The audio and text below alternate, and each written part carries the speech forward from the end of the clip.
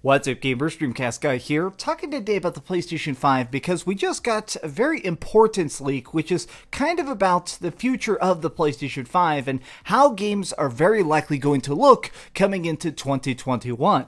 Now, just to be clear, typically when I talk about leaks, it's just a specific project. Normally it's things like the rumors of the Metal Gear Solid remake or things like the Silent Hill reboot, whereas this time, the leak we're getting is actually much more general. It's actually the internal plans and the secret talks going on inside of Sony about what is and isn't working over at PlayStation. So the source itself is actually over here on Vice.com. This is the initial write-up, and basically what happened is they're talking a lot about how PlayStation gamers typically play the single-player experiences. They don't like going online a lot, but what's interesting is that they've also noticed that PlayStation gamers typically, they don't sit down and beat stuff in one giant chunk. A lot of times they'll actually just play whenever they can, which is interesting. It kind of says that maybe PlayStation gamers have more of a life, but I went through this entire article. It's very, very interesting.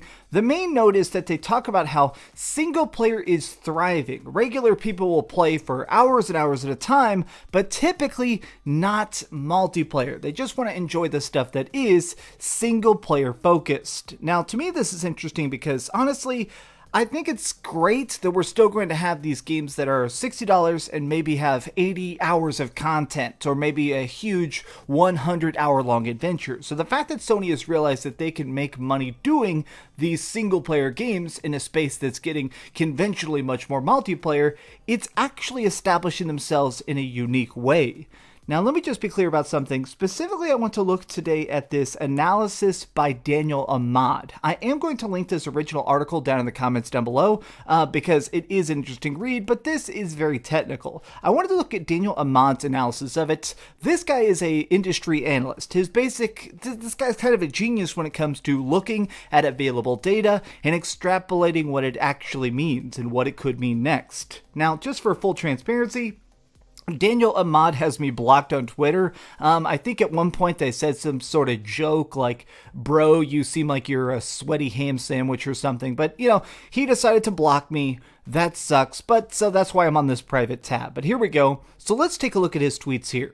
Internal data from Sony shows that PlayStation users regularly spend more time playing single-player games than they do online games, and this is why they've added activities to features to the PlayStation 5. But aren't single-player games dead? Now I want to take a look at his little chain here because I feel like he has some really interesting points that I do want to talk about. It's no secret that AAA games industry as a whole has been shifting away from single-player experiences more towards online and live service games.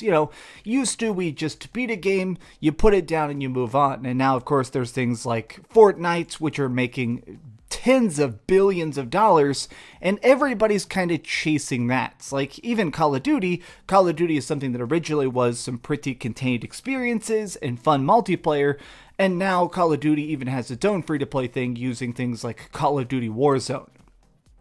EA once famously said that linear single-player games are dead, and to some extent they are correct due to adding that linear part. Now, everybody loves to use this quote. People throw this in EA's face constantly because people misquote them to say EA claimed that single-player games are dead, when really what they were saying is single-player linear is dead. Whoops, well, I don't know why I clicked that. Single player as a whole was never dead. It's just AAA single player experiences that succeed have evolved to meet the current expectations of players. When people say single player is dead, they're usually referring to third-party AAA linear single player narrative driven games that are $60. Why this distinction? Because rising development costs increase player expectations and competing service games makes them less viable. Now, this is a very, very interesting thing that I think actually kind of shows how gaming is different, and because gamers are more intelligent. I will completely die on this hill. I think that gamers not only are smarter, they're better consumers, they're better at actually doing research, and gamers care more about the behind the stories developments. They care about how games are made just as much as beating them, right? The simple fact of the matter is that $100 million budgets is better suited to a live service game. Higher engagement, social growth. Basically, if a game company is trying to make a $100 million experience, they want to make sure it's something that people are going to beat again and again. They're going to keep logging in. They're going to keep buying crappy freaking loot crates and stuff, right?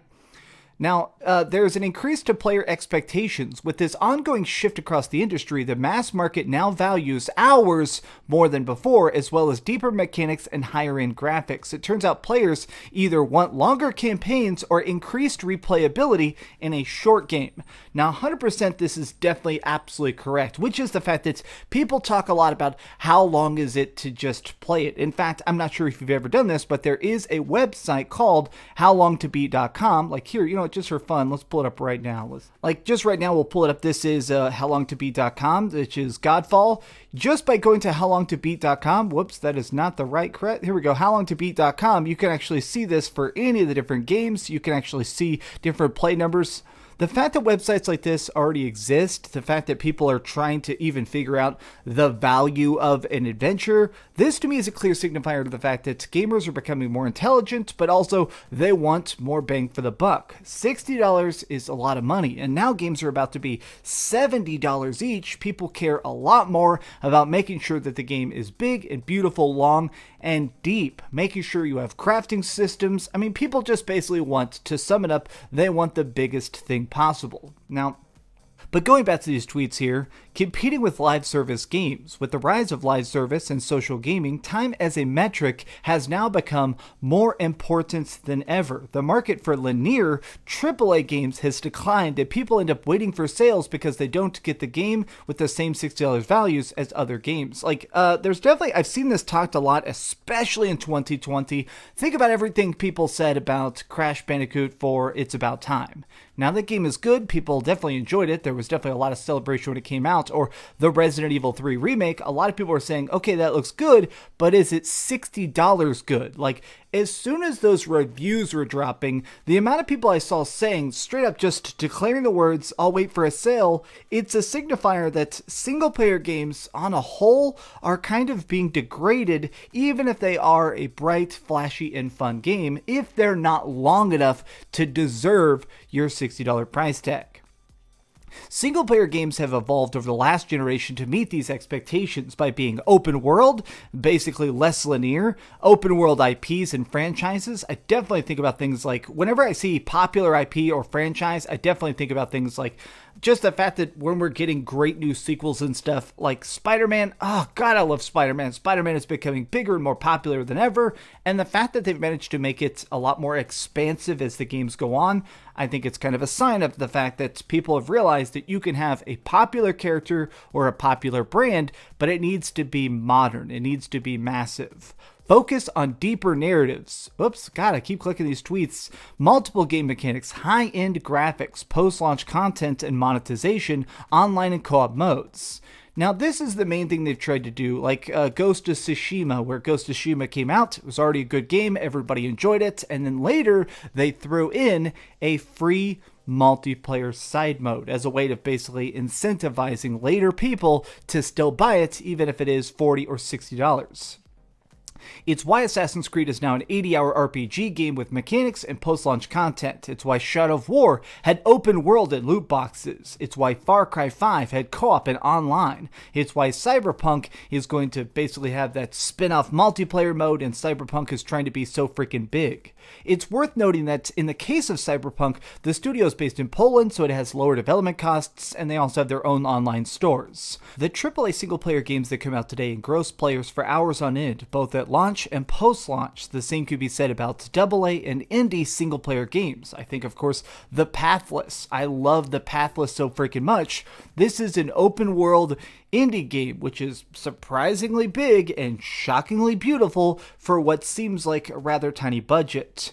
You'll notice that you'll notice the above thread mainly refers to AAA single-player games from third parties. When it comes to first party, the situation is different. Sony has heavily invested in its studios to create single-player games based on both existing franchises and new IP. Think about things like Horizon Zero Dawn. That is a completely new IP, completely and solely invented for the process of giving Sony a big game to basically sell. The reason Sony did this is twofold. Sony does not want to compete directly with third parties. It targets an underserved audience to make PlayStation stand out. While the industry shifts to online services, Sony is planning on deepening its single-player dev expertise. So basically, even if things are managing to get bigger, even if everybody else is just trying to copy Fortnite, basically Sony has realized that their cash cow, the thing that's going to keep paying their bills and keep them very profitable, is not chasing those trends, which is certainly interesting.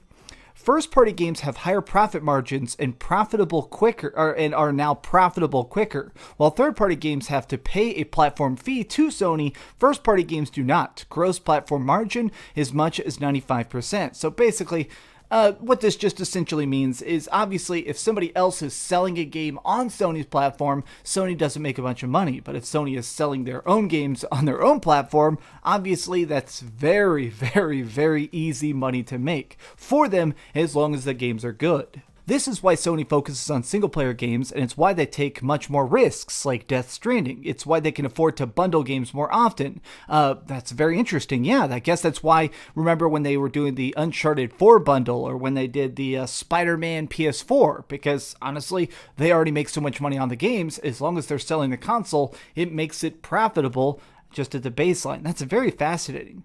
That doesn't mean that Sony isn't immune to market changes. A ton of their games such as Horizon, Days Gone, Spider-Man, Ghost of Tsushima have gone open world. God of War is at 30-hour games. Some of them have DLC or microtransactions. Basically, they are trying to adapt, even if they're not going to be completely swayed by trends.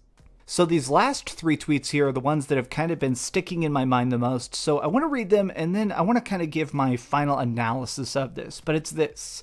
Sony's first party is not just profitable for them, but it also acts as a way to sell PlayStation consoles, bring more people into the ecosystem, and solidify PlayStation as the top brand in gaming. It's one of the reasons why single player thrives on PlayStation. In summary, AAA third parties see more of a potential online live service, less potential in in linear games. Single player games have evolved this gen to meet the current expectations of players, focusing both on quality and quantity of content. Sony focuses on single-player games to reach an underserved audience and increase the appeal of the PlayStation ecosystem. That way they can benefit from third-party service games.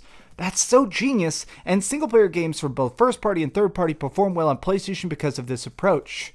This is absolutely genius. In case you don't understand what this is saying, it's basically going that Sony is trying their best to make sure that the PlayStation just keeps selling, and as long as it's selling, everybody has to come to their playground. Like, straight up, because they're managing to make the PlayStation brand so profitable, now developers are going to want to release their third-party stuff every single time on PlayStation first. This is probably why we're seeing so many exclusivity deals, where we're seeing people put DLC first on the PlayStation, or seeing all sorts of just like straight-up content that only was made for the PlayStation, and it's because it's actually profitable. PlayStation has sold over 100 million PS4s. The PS5 is just difficult to even keep in stock. I think that this is painting a very clear picture that with PS5, we're still going to be getting absolute freaking bangers. The PlayStation 5 is definitely going to keep printing money in the same style, both by, making big sequels, new Spider-Man,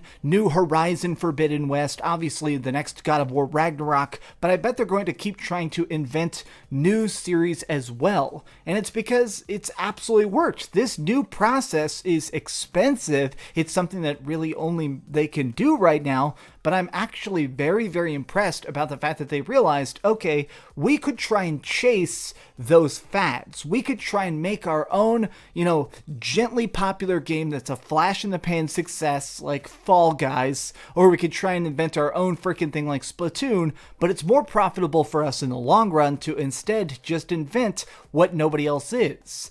Giant single-player experiences.